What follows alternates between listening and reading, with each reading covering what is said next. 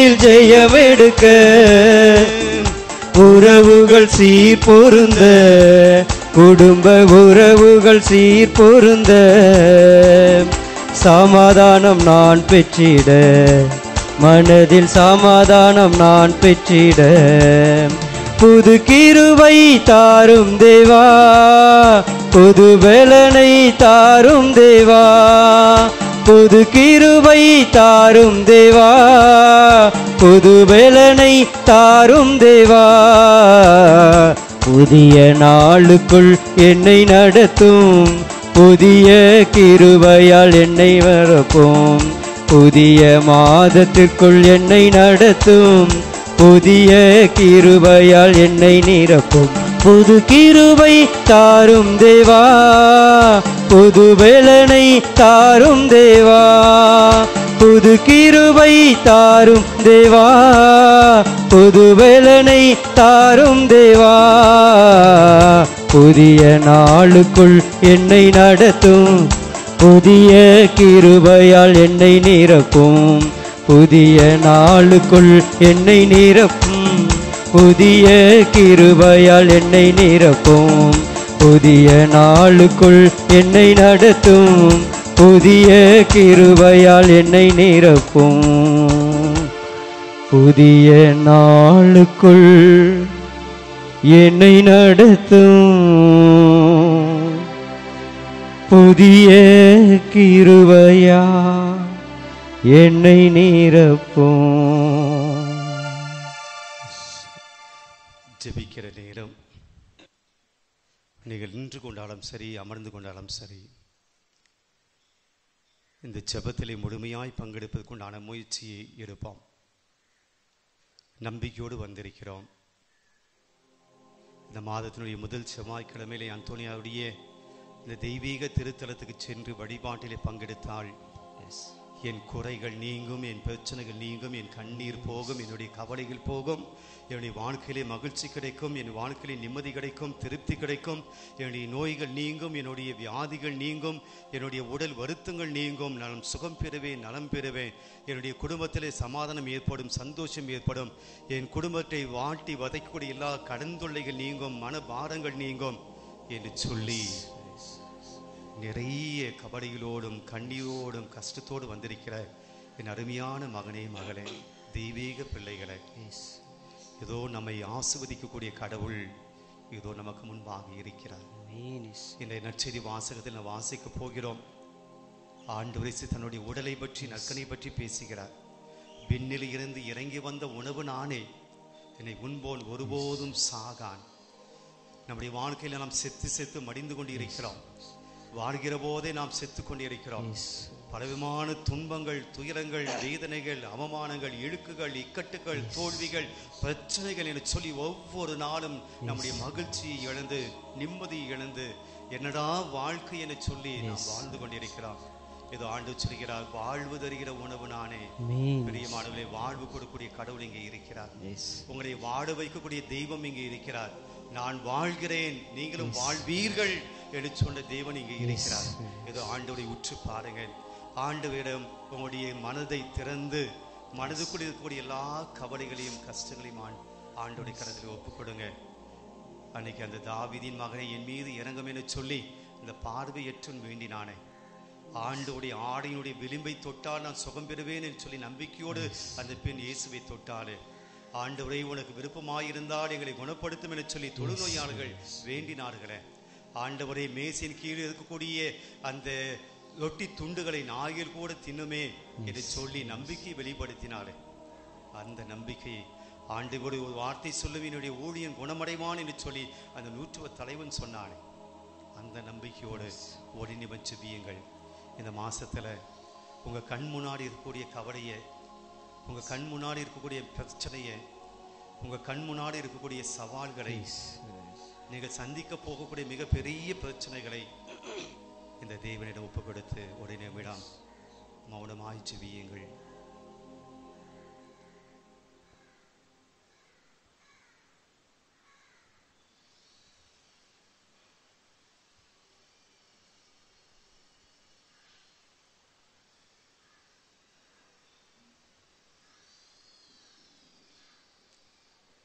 நம்பிக்கையோடு உங்களுக்கு முன்னாடி இருக்கக்கூடிய ஆண்டவரால் எல்லாம் செய்யக்கூடிய கடவுள் நமக்கு முன்னாடி இருக்க, உம்மால் ஆகாதது ஒன்றும் இல்லை நம்பிக்கையோடு வேண்டுவான். அவரால் எல்லாம் கூடும், அவரால் எல்லாம் முடியும். உங்க பிரச்சனை அவருக்கு முன்னாடி வெறும் தூசி தான். உங்களுடைய கஷ்டம் அவருக்கு முன்னாடி வெறும் ஒன்றும் இல்லாமை. அவரால் எல்லாம் முடியும். உங்க நோயை குணப்படுத்த முடியும், உங்க வியாதியை குணப்படுத்த முடியும், உங்க குடும்பத்தில் சமாதானத்தை கொடுக்க முடியும். ஜெபிப்போம்.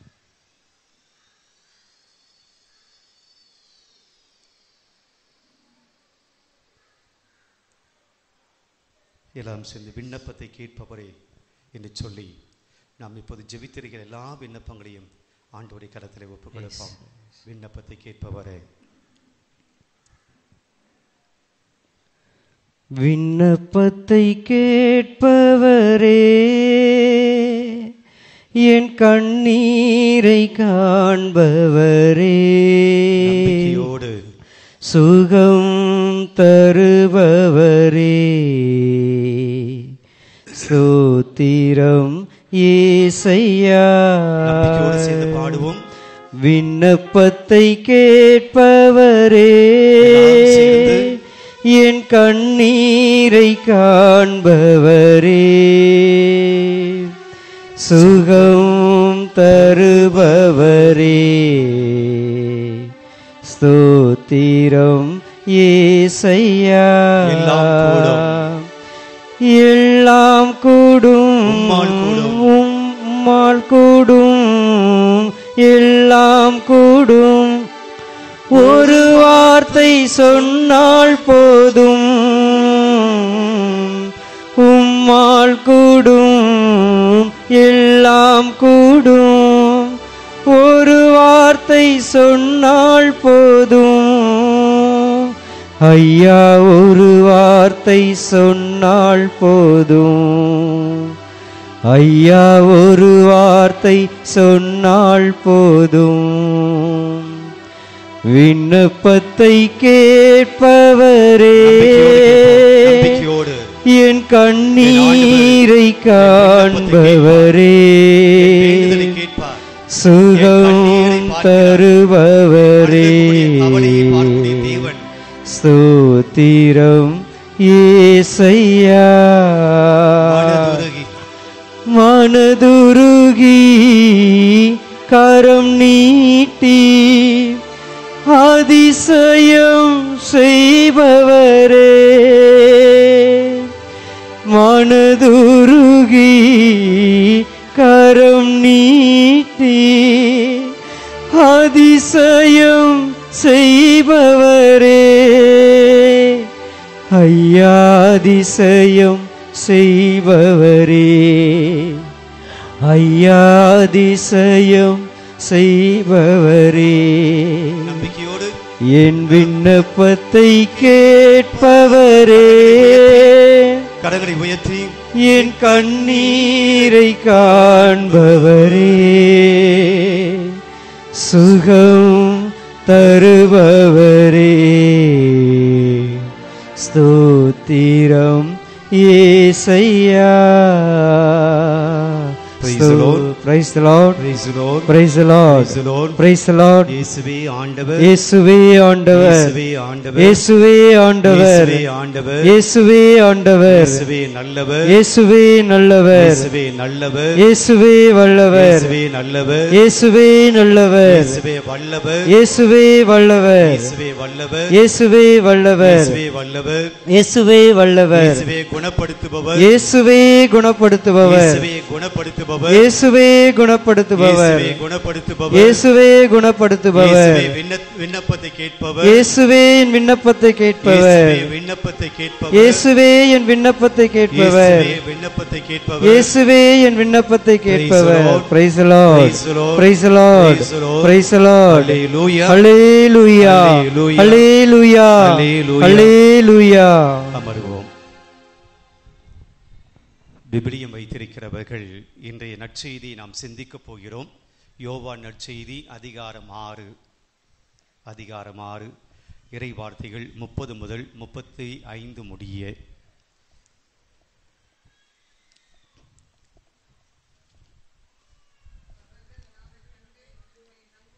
இல்லை, நானே படிக்கிறேன், நீங்கள் விபிலியம் எடுத்துக்கொள்ளுங்கள்.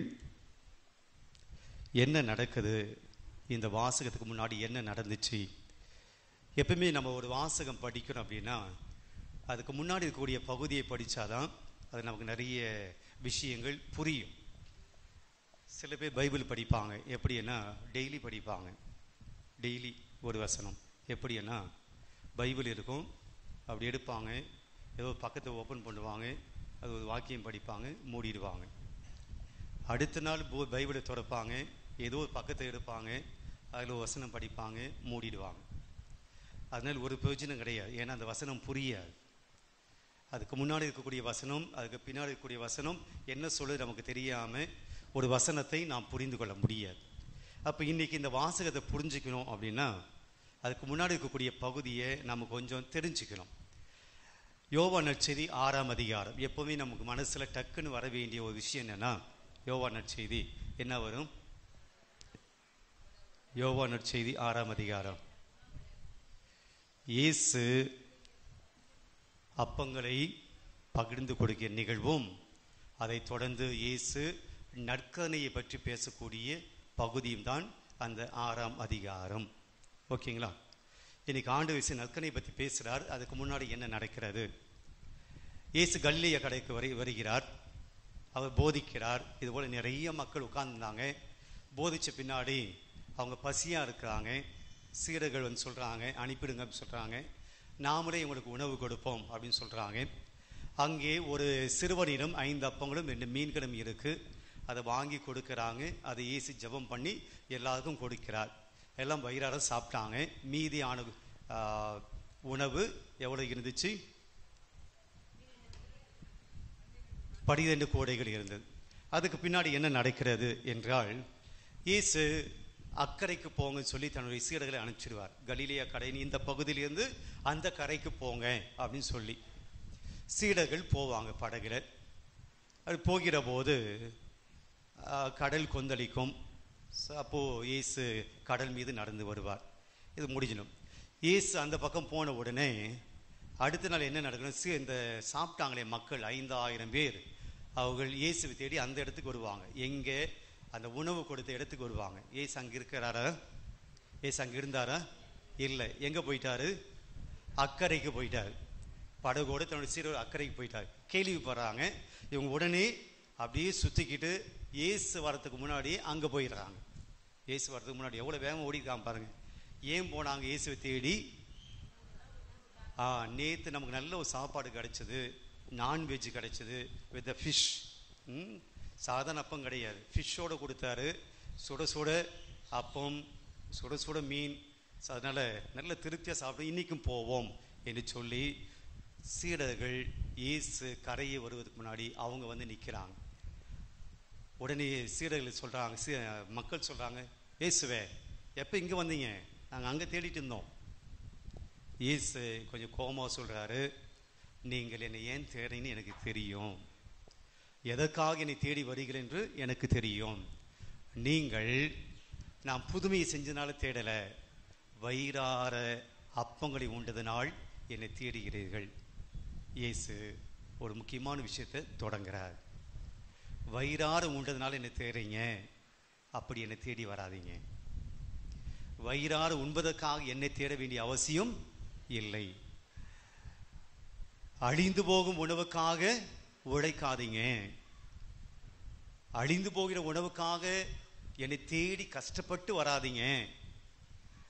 விண்ணகத்திலிருந்து இறங்கி வருகிற என்றும் அழியாத நிலைவாழ்வு தருகிற அந்த உணவை தேடுங்கன்னு சொல்லி முதல்ல நற்கனை பற்றி தொடங்குறார். அப்போ அந்த வசனத்தை நாம் அப்படியே வாசிப்போம், இன்னும் நல்லா நமக்கு புரியும். அந்த வசனம் எங்கே நான் சொல்றேன் அப்படின்னா 27ஆவது வசனம் படியுங்கள். அழிந்து போகும் உணவுக்காக உழைக்க வேண்டாம், நிலைவாழ்வு தரும் அழியாத உணவுக்காக உழையுங்கள். அவ்வுணவை மானிடமாக உங்களுக்கு கொடுப்பார். ஏனெனில் தந்தையாகிய கடவுள் அவருக்கே தம் அதிகாரத்தை அளித்துள்ளார் என்றார்.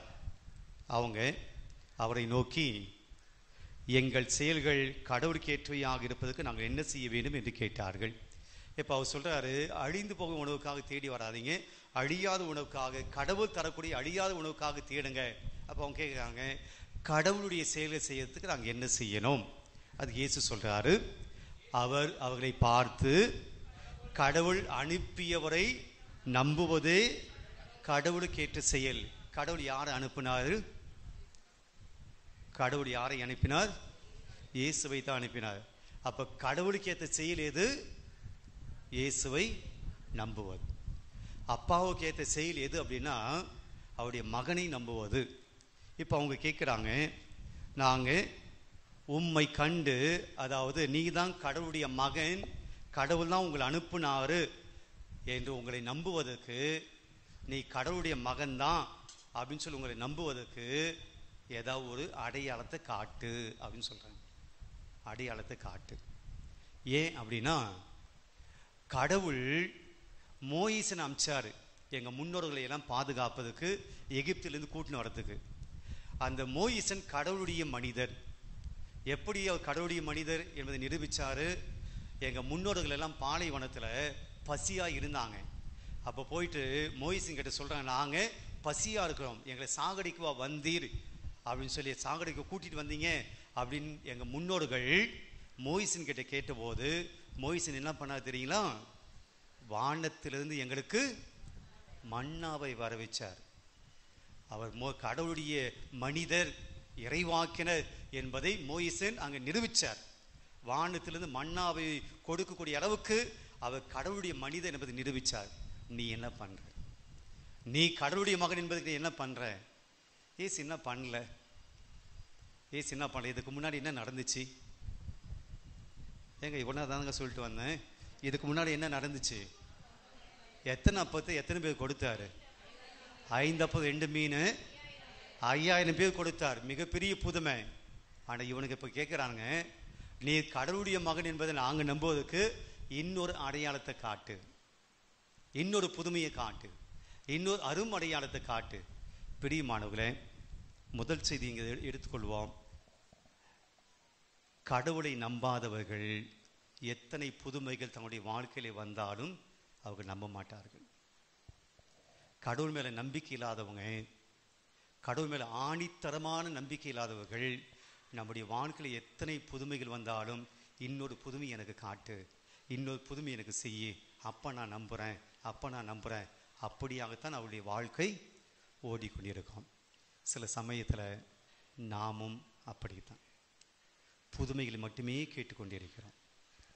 புதுமையில் மட்டும்தான் இயேசுவிடம் கேட்டுக்கொண்டிருக்கும். இது நடந்தா ஆண்டவரை நம்புறேன், இது நடந்தா நான் கோயிலுக்கு வர ஆண்டவரே, இது நடந்தா நான் வேளாங்கண்ணிக்கு வர ஆண்டவரே, இது நடந்தா பாலவாக்கம் வருகிறேன் ஆண்டவரே, என் வாழ்க்கையில புதுமை நடந்தால் உம்மை நம்புவேன் ஆண்டவரே. ஆனால் இயேசு அதுக்கு முன்னாடி என்ன சொன்னாரு?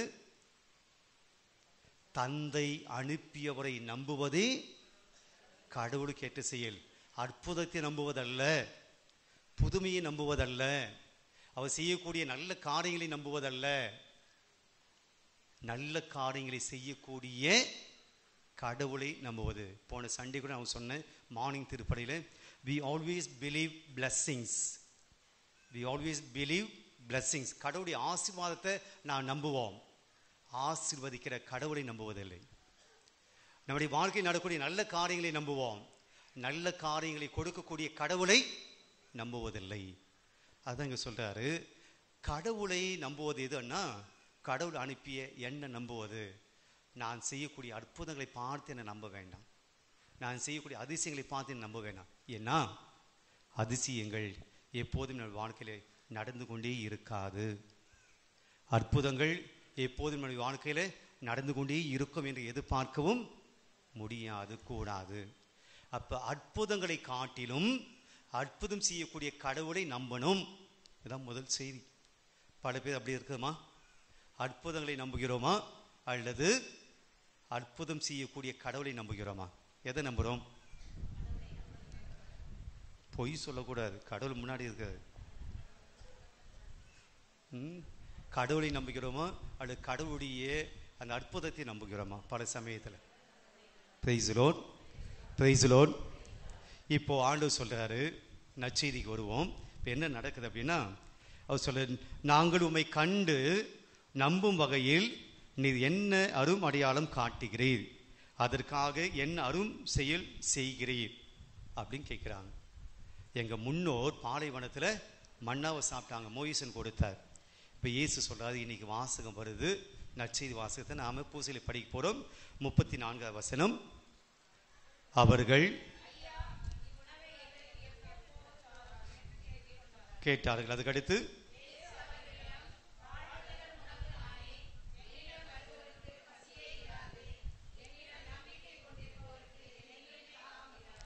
பிரியமானவர்களே, ஆண்டு சொல்றாரு, நீங்க அரும் அடையாளத்தை கேட்குறீங்க, அரும் அடையாளத்தை நானும் கொடுக்க போறேன். என்னைக்கு அப்படின்னா, அதுக்கு ஒரு நாள் இருக்கு. அந்த நாள் பெரிய வியாழக்கிழமை. அன்னைக்கு நான் ஒரு அற்புதத்தை செய்ய போகிறேன். என் உடலை உணவாக மாற்றப் போகிறேன். என் உடலை, என் சதையை உணவாக மாற்றப் போகிறேன். அதுதான் மிகப்பெரிய அற்புதம். பிரியமானவர்களே, ஆண்டவர் சொல்றாரு, உங்க மோயிசன் மேலேருந்து உணவு கொடுத்தா இல்லையா, அது அடுத்த நாள் சாப்பிட முடியாது. அடுத்த நாள் சாப்பிட, அன்னைக்கு மண்ணா பொழியப்பட்டது, அடுத்த நாள் அது சாப்பிட முடியாது. அது போய் மிகப்பெரிய அற்புதம் சொல்லி நீங்கள் பேசினுக்கிறீங்க. எங்கள் மோயிசன் பாலைவனத்திற்கு மன்னாவை கொடுத்தார், மிக அற்புதம் செய்தார் அப்படின்னு சொல்லி நிற்கிறீங்க. அதை விட பெரிய அற்புதத்தை நான் செய்ய போகிறேன். என்ன அற்புதம்னா, அது பெரிய வியாழக்கிழமை நீங்கள் பார்ப்பீங்க. என் சதையை உணவாக கொடுக்க போகிறேன். பெரிய வெள்ளிக்கிழமை என் ரத்தத்தை பானமாக கொடுக்க போகிறேன். அதுதான் என் பெரிய அற்புதம். பிரியமானவர்களே, இங்கே பெரிய அற்புதம் நடந்திருக்கிறது. அப்பம் இயேசுனுடைய உணவாக, இயேசுனுடைய உடலாக மாறியிருக்கிறது. இந்த உலகத்திலேயே இயேசு செய்யக்கூடிய மிகப்பெரிய அற்புதம் என்னவென்றால், ஒவ்வொரு நாளும் திருப்படையில சாதாரண கோதுமை அப்பம் இயேசுனுடைய உடலாக மாறுவதுதான் மிகப்பெரிய புதுமை. Praise Lord, praise Lord. ஆனால் அத்தகைய புதுமையை, அந்த அப்பம் இயேசுனுடைய உடலாக மாறக்கூடிய அத்தகைய மேலான புதுமையை நாம் எந்த அளவுக்கு நம்முடைய வாழ்க்கையில் நம்புகிறோம்? அதான் இன்னைக்கு கேள்வி. ஒரு சில கொஸ்டின்ஸ் உங்க முன்னாடி வைத்து நான் ஆராதனை நிறைவு செய்கிறேன்.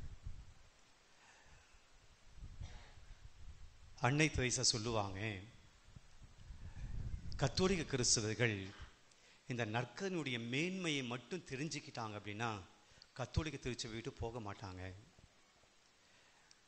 நற்கனுடைய மேன்மையை யார் ஒருவர் தெரிந்து கொள்கிறாரோ அவர் கத்தோலிக்க திரு அவையை விட்டு போக மாட்டார். அடுத்த லைன் சொல்றாங்க, திருச்சபை அவரை இறுக்கமாக பிடித்திருக்கிறது என்பதனால அல்ல, போக விடாம அப்படியே டைட்டா பிடிச்சுன்னு அதனால வெளியே போக முடியாது அல்ல. அவங்க சொல்ல என்னன்னா, அவ நற்கருணையை அவ உண்கிற போது அவருடைய இதயம் நற்கனையை தேடிக்கொண்டே இருக்கும். நற்கனையை தேடிக்கொண்டே இருக்கக்கூடிய இதயம் கத்தோலிக்க திரு அவையை விட்டு அது போகாது. மற்ற திரு அவையிலே நற்கருணை 24 மணி நேரம் இல்லை. ரொம்ப சிம்பிளா சொல்லணும்னா, இந்த நற்கனுடைய அனுபவத்தை தெரிஞ்சுக்கிட்டவங்க கத்தோலிக்க திரு அவையை விட்டு போக மாட்டாங்க. புனித ஜான் பால், 2ஆம் ஜான் பால், அவர் சொல்றார் நற்கனையை பற்றி, அவர் திருத்தந்தையாக இருந்தார், செயின்டாக மாறினார். மறைந்த திருத்தந்தை தான் அவரை செயின்டாக மாற்றினார். அவர் சொல்றாரு, 2ஆம் ஜான் பால், புனித 2ஆம் ஜான் பால், நான் ஒரு திருத்தந்தையாக திருச்சபைக்கும் உலகத்துக்கும் நிறைய பணிகளை செய்தேன் என்றால் என் அறிவினால் அல்ல, என்னுடைய பலத்தினால் அல்ல, என் திறமையினால் அல்ல, இந்த நற்கனை ஆண்டு கொடுத்த வலிமையினால் தான் நான் என் பணிகளை செய்தேன். அன்னை தெரேசா இன்னொரு இடத்துல சொல்லுவாங்க, இவ்வளவு சமுதாய பணிகளை செய்கிறீங்களே, எப்படி உங்களால் முடியுது? அவங்க சொல்றாங்க, ஒவ்வொரு நாளும் இந்த நற்கனை ஆண்டுக்கு முன்னாடி நான் ஜெபம் பண்ணிட்டு போவதனால்தான் இந்த வல்லமை எனக்கு கிடைக்குது. பிரியமானவர்களே, அத்தகைய வலிமை கொடுக்கக்கூடிய, வாழ்வு கொடுக்கக்கூடிய தேவன் தான் இங்கே இருக்கிறார். Praise Lord, praise Lord. இன்னைக்கு கொஞ்சம் யோசிச்சு பார்ப்போம். என்னுடைய கேள்விகள் இதுதான். கேள்விகளுக்குண்டான பதில் நான் சொல்லலை, கேள்விகளை மட்டும் சொல்லி நான் நிறைவு செய்கிறேன். என்ன கேள்வி என்றால், 1, நற்கனின் மீது எனக்கு எந்த அளவுக்கு பக்தி இருக்கிறது? நற்கனின் மீது எனக்கு எந்த அளவுக்கு பக்தி இருக்கிறது? நாம் தான் யோசிக்கணும். 2, அப்படி உண்மையிலே 100% இந்த தேவன் இந்த இந்த அப்பத்தில் இருக்கிறார், என் ஆண்டவர் இயேசு இந்த நற்கனில் இருக்கிறார் என்றால், இந்த நற்கனியை உட்கொள்வதற்கு நான் என்ன ப்ரிப்பரேஷன் பண்ணுகிறேன், என்ன தயாரிப்பு செய்கிறேன்? அப்படியே வீட்டிலிருந்து வருகிறேன், அப்படியே பலி பூசையில் உட்காருகிறேன், அப்படியே பூசையில் ஏதோ நினைத்து கொண்டிருக்கிறேன், நற்கனியை வாங்குகிறேன், போகிறேன். What is the preparation? What was the preparation? என்ன தயாரிப்போடு நான் நற்கனியை பெற்றுக்கொள்ள வருகிறேன்? 3வது, நற்கனியை பெற வருகிற போது எப்படிப்பட்ட உள்ளம் மட்டுமல்ல, எப்படிப்பட்ட உடைகளோடு வருகிறேன்? ட்ரெஸ், கோட் ஆஃப் ட்ரெஸ், எப்படிப்பட்ட உடைகளோடு நான் வருகிறேன்? ஒரு திருத்தந்தையினுடைய மறைவுக்கு, பிரான்சிஸ் அவருடைய திருத்தந்தையின் மறைவுக்கு வத்திக்கான் நகரம் அவர்களை பார்க்க வருகிறவருக்கு அவர்கள் அணிந்து வரக்கூடிய ட்ரெஸ் நிர்ணயம் செய்வார்கள். இந்த ட்ரெஸ்ஸோடு தான் நீங்கள் வரணும்.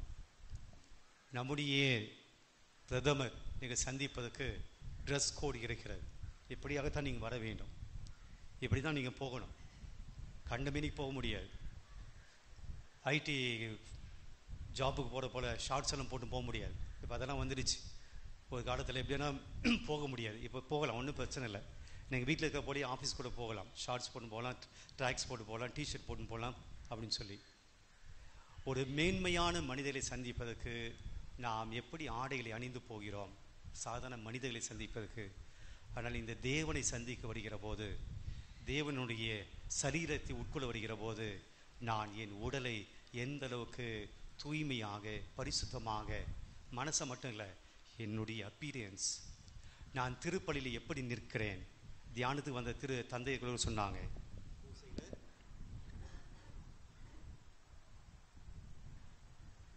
எப்படி நிற்கிறோம்? சாதாரண ஒரு ஃபாதர் பங்கு சமயனுடைய ஆஃபீஸ்க்கு வருகிற போது கூட யாரும் இப்படி நிற்கிறது கிடையாது. எனக்கு முன்னாடி வந்து ஆஃபீஸில் எனக்கு முன்னாடி நின்று பேசுகிறவர்கள் கூட பின்னாடி கை கட்டி நிற்கிறது கிடையாது. அந்த ஃபாதருக்கு உண்டான மரியாதையை கொடுக்கிறோம். ஆனால் திருப்பலியில் எப்படி நிற்கிறோம்? எப்படிப்பட்ட ஆடைகளை அணிந்து வருகிறோம்? இதெல்லாம் நற்கனை ஆண்டவருக்கு ரெவரன்ஸ் கொடுக்காத விஷயங்கள். இதெல்லாம் ஆண்டு மதிப்பு கொடுக்காத விஷயங்கள்.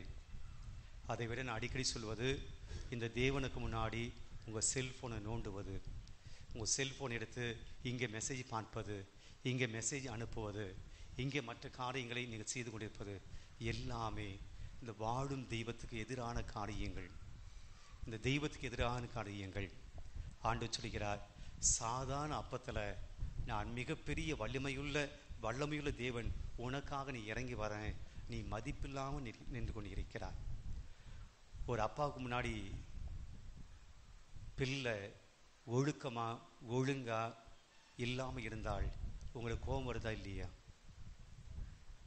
உங்களுக்கு முன்னாடி உங்கள் பிள்ளைகள் ஒழுங்கீனமாக நடந்தால் கோபம் வருதா இல்லைங்களா? வருதா இல்லையா? தேவன் இவருக்கு முன்னாடி எப்படி இருக்கிறோம், என்ன செய்து கொண்டிருக்கிறோம்? ஆண்டவர் சொல்கிறார், இந்த அப்பத்தின் வடிவில் நான் வந்திருப்பது தான் மிகப்பெரிய புதுமை. ஒவ்வொரு நாளும் மிகப்பெரிய புதுமை உலகத்தில் கத்தோலிக்க திரு அவையிலே நடந்து கொண்டிருக்கிறது. எப்போ? ஒவ்வொரு நாளும் கத்தோலிக்க திரு அவையிலே மிகப்பெரிய புதுமை நடந்து கொண்டிருக்கிறது. எப்போ? திருப்பலி நிறைவேறுகிற போது. குருவானது அப்பத்தை ஜெபித்து அது ஆண்டுக்கு ஒப்பு கொடுக்கிற போது, இயேசுனுடைய உடலாக மாறுகிற போது, that is the greatest miracle. ஒரு செயின்டுடைய நிகழ்வு சொல்லி நிறைவு செய்கிற செயின்ட் ஜூலியானா ஒரு காட்சி காண்கிறார். அதில் மிகப்பெரிய பௌர்ணமி நிலா, முழுமையான ஒரு நிலா, அது ஒரு சின்ன கரும்புள்ளி இருக்கிறது. நிலா எப்படி இருக்கும்? ரவுண்டாக இருக்கும், வெளிச்சமாக இருக்கும், என்ன கலரில் இருக்கும்? கோல்டு கலரில். நான் இது வரைக்கும் கோல்டு கலரில் நிலாவை பார்த்தேன். ஒயிட்டாக இருக்கும், நிலா ஒயிட்டாக. அதில் ஒரு கரும்புள்ளி இருந்துச்சான். செயின்ட் லூசியானா காட்சி கொடுக்குறாங்க ஆண்டவர். அது கரும்புள்ளி பாரு. லூசியானா என்னது கரும்புள்ளி? அவர் சொல்கிறாங்க, இது கத்தோலிக்க திரு அவை. எது? அந்த பௌர்ணமையாக இருக்கக்கூடிய நிலம் கத்தோலிக்க திரு அவை. அந்த கத்தோலிக்க திரு அவையில் ஒரு கரும்புள்ளி இருக்கிறது ஆண்டவர் சொல்கிறார். லூசியானா கேட்குறாங்க, என்னது கரும்புள்ளி கத்தோலிக்க திரு அவையில்? அப்போ அவங்க சொல்கிறார், ஆண்டவர் சொன்னாராம், கத்தோலிக்க திரு அவையில் நிறைய விழாக்கள் இருக்கின்றன. ஆனால் மாதாவுக்கு விழா இருக்குது, சூசேப்புக்கு விழா இருக்குது, செயின்ட்டுக்கெல்லாம் விழா இருக்குது. ஆனால் எனக்காக ஒரு விழா இல்லை. எனக்காக ஒரு விழா இல்லை. லூசியானுக்கு புரியல. என்ன, எல்லா விழாக்களும் உங்களுக்கு தானே, கிறிஸ்மஸ், ஈஸ்டர் எல்லாமே முடிய விழாக்கள் தானே. அப்போ சொன்னாரா, நற்கனை ஆண்டவருக்காக ஒரு விழா கிடையாது. அதுக்கு பின்புதான் இயேசுனுடைய திருவுடல், இயேசுனுடைய திரு ரத்தம் விழாவானது திருச்சபையிலே வந்தது. பிரியமானவர்களே, ஆண்டவருக்காக விழா எடுக்க சொல்லி, நற்கனைக்காக விழா எடுக்க சொல்லி இந்த தேவனே கேட்டார். அந்த தேவனுக்கு முன்னாடி தான் அமர்ந்திருக்கிறோம். கண்களை மூடுவோம். ஆண்டவர் நமக்கு முன்பாக இருக்கிறார். வாழ்கிற தேவன் நமக்கு முன்பாக இருக்கிறார். நற்கனை ஆண்டவர் நமக்கு முன்னாடி இருக்கிறார். அவரை மிகுந்த நம்பிக்கையோடு பாடி துதிப்போம்.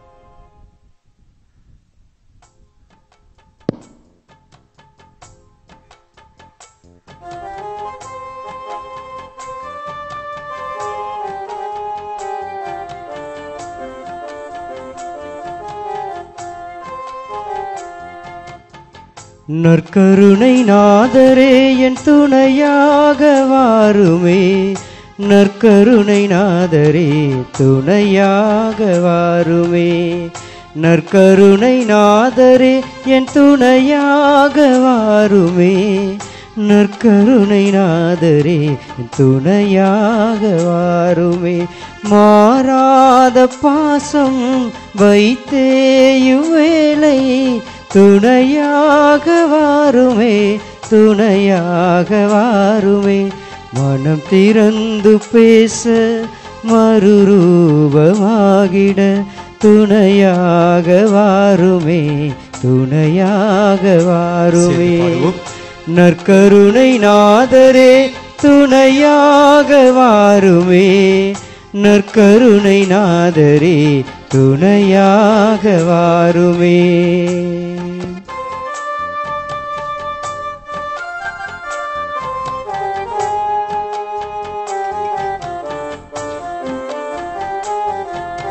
கனிதுருகும் அன்பில் கரையேற்றம் பெறவே துணையாக வாருமே. துணையாக வாருமே. கருணை கண் கொண்டு என் கதியே என்னோடு துணையாக வாருமே. துணையாக வாருமே. நற்கருணை நாதரே துணையாக வாருமே. நற்கருணை நாதரே துணையாக வாருமே. எனதிந்த நிலையில் என்னோடு நடக்க துணையாக வாருமே. துணையாக வாருமே. என்னில் அவரங்கள் என்னில் வழங்கிட துணையாக வாருமே. துணையாக வாருமே. நற்கருணை நாதரே துணையாக வாருமே. நற்கருணை நாதரே துணையாக வாருமே. நற்கருணை நாதரே என் துணையாக வாருமே. நற்கருணை நாதரே துணையாக வாருமே. முழந்தாள் படுகிறோம்.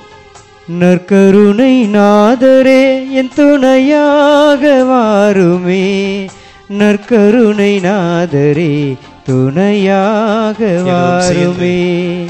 நற்கருணை நாதரே துணையாக வாருமே. நற்கருணை நாதரே துணையாக வாருமே. நற்கருணை நாதரே துணையாக வாருமே. நற்கருணை நாதரே துணையாக வாருமே. நற்கருணை ஆண்டவர் நம்முடைய மத்தியிலே வரப்போகிற நேரம். யாரும் தொடாதீங்க, தொட்டால் தான் என் ஆண்டவர் சுகப்படுத்துவார். அப்படியெல்லாம் நம்ம ஆண்டவர் தொடாமலேயே சுகப்படுத்துவார். நம்பிக்கை இருக்கக்கூடிய எல்லாரையும் சுகப்படுத்துவார். இப்போது குருவானவருடைய மத்தியில நற்கரையை கொண்டு வருவார். நம்ம அந்த நற்கரை கோபுரத்தில் நம்ம போவதில்லை. இங்கிருந்து இறை மக்களுக்குரிய பகுதியிலே நற்கரை வரும். நாம் ஜெபிப்போம். நற்கரை எல்லா புதுமைகளிலும் மேலான புதுமை. The greatest miracle is the Eucharist. எனவே அப்பேற்பட்ட ஆண்டவர் நம்முடைய மத்தியில் வருகிற போது நாம் நம்பிக்கையோடு முழந்தால் படியிட்டு ஆண்டவரை நாம் துதிப்போம், நம்பிக்கையோடு ஜெபிப்போம்.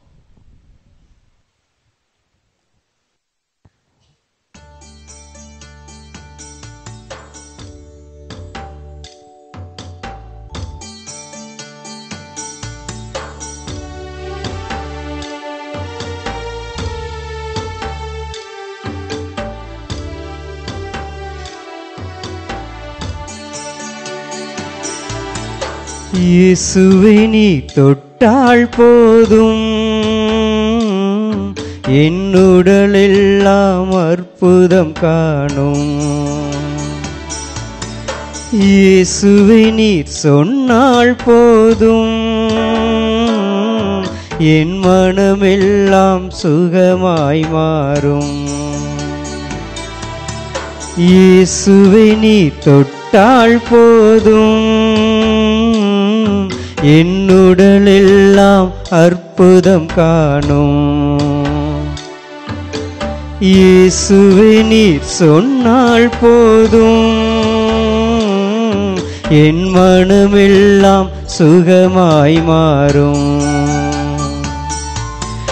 ஆராதனை ஆராதனை ஆராதனை ஆராதனை ஆராதனை ஆராதனை ஆராதனை. இயேசுவே நீ தொட்டால் போதும், என் உடலெல்லாம் அற்புதம் காணும்.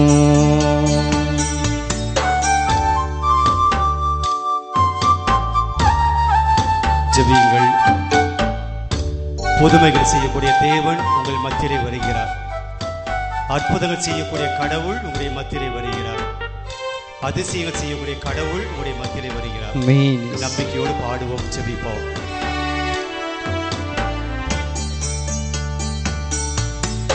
நான் வசைத்து பேசாத என் வாயும் கூட வகை வகையாய் கீதங்கள் பாட செய்வீரே. நான் வசைத்து பேசாத என் வாயும் கூட வகை வகையாய் கீதங்கள் பாட செய்வீரே. இயேசுவே நீ தொட்டால் போதும், என் உடலெல்லாம் அற்புதம் காணும். இயேசுவே நீர் சொன்னால் போதும், என் மனமெல்லாம் சுகமாய் மாறும்.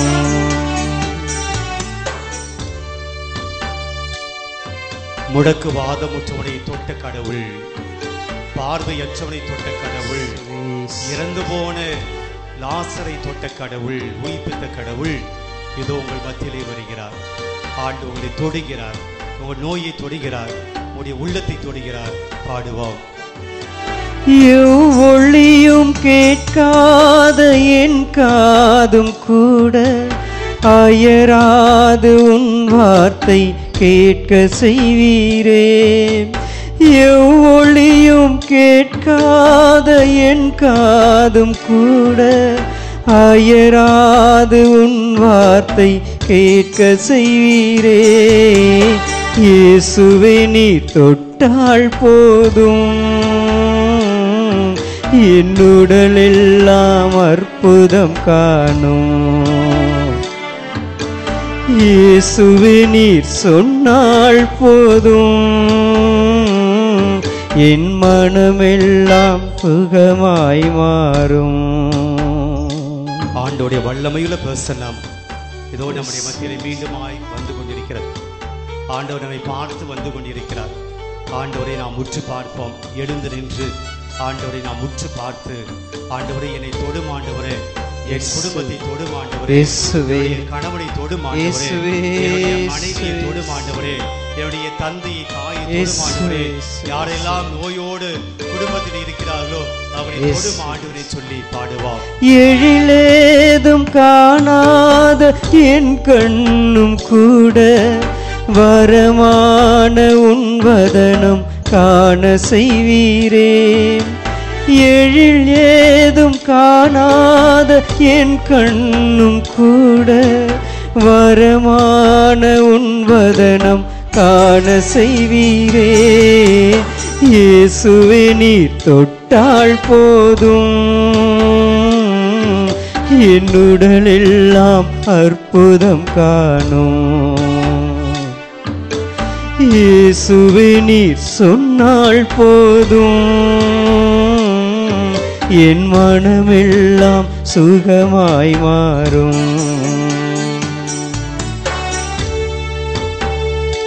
இயேசுவே எங்கள் பிள்ளைகளை தொடும். இந்த பிள்ளைகளுடைய வாழ்வை தொடும். இந்த பிள்ளைகளுடைய எதிர்கால வாழ்க்கையை தொடும் ஆண்டவரே. எங்கள் பிள்ளைகளை உங்களுடைய கரத்திலே ஒப்புக் கொடுக்கிறோம். எங்கள் பிள்ளைகள் உடல் உள்ள நலனில் வாழ வேண்டும், ஞானத்திலும் அறிவிலும் வாழ வேண்டும். எங்கள் பிள்ளைகளை தொடும் என சொல்லி பாடுவார்.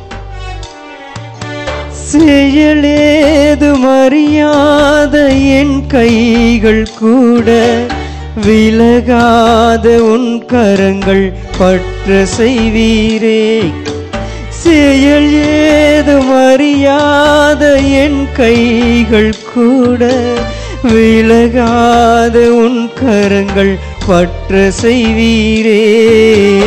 இயேசுவே நீர் தொட்டால் போதும் என் உடலெல்லாம் அற்புதம் காணும். இயேசுவே நீர் சொன்னால் போதும்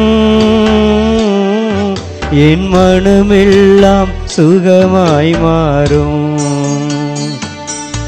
என் உடலெல்லாம் அற்புதம் காணும். என் மனமெல்லாம் சுகமாய் மாறும்.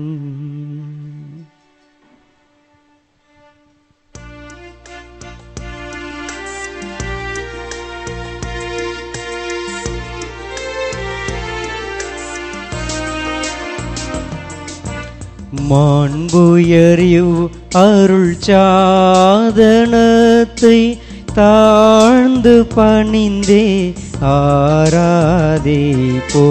பழைய நியம முறைகள் அனைத்தும் இனி மறைந்து முடிவு பெறுக. புதிய நியம முறைகள் வருக.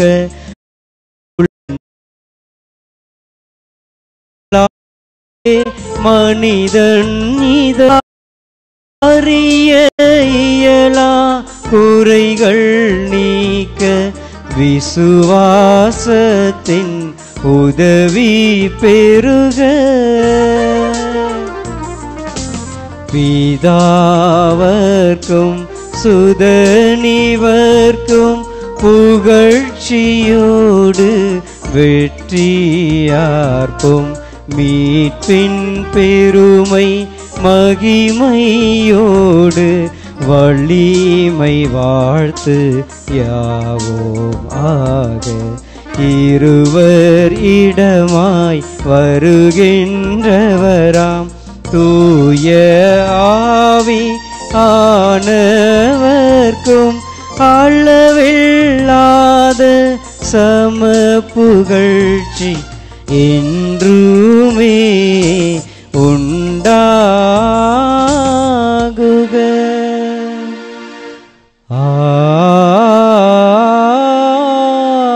ஆமென். மன்றாடுவோமாக. இறைவா, இந்த வியப்புக்குரியவும் திருவருட்சாதனத்தினிலே உம்முடைய பாடுகளின் நினைவை எங்களுக்கு நீர் விட்டு சென்றீரே. உமது திருவுடல் திரு ரத்தம் ஆகியவற்றின் தூய மறைபொருளை வணங்கும் நாங்கள் உமது மீட்பின் பலனை இடைவிடாமல் தூய்த்துணர அருள் தாரும்.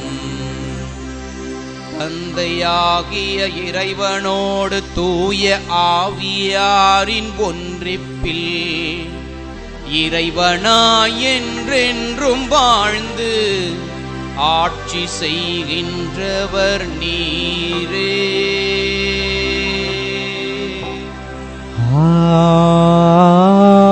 ஆமென். கர்த்தாவே, என் தெய்வமே, என் மீது இரங்குமையா. என் இயேசுவே, அன்பு தெய்வமே, நீர் என்னை தாங்குமையா.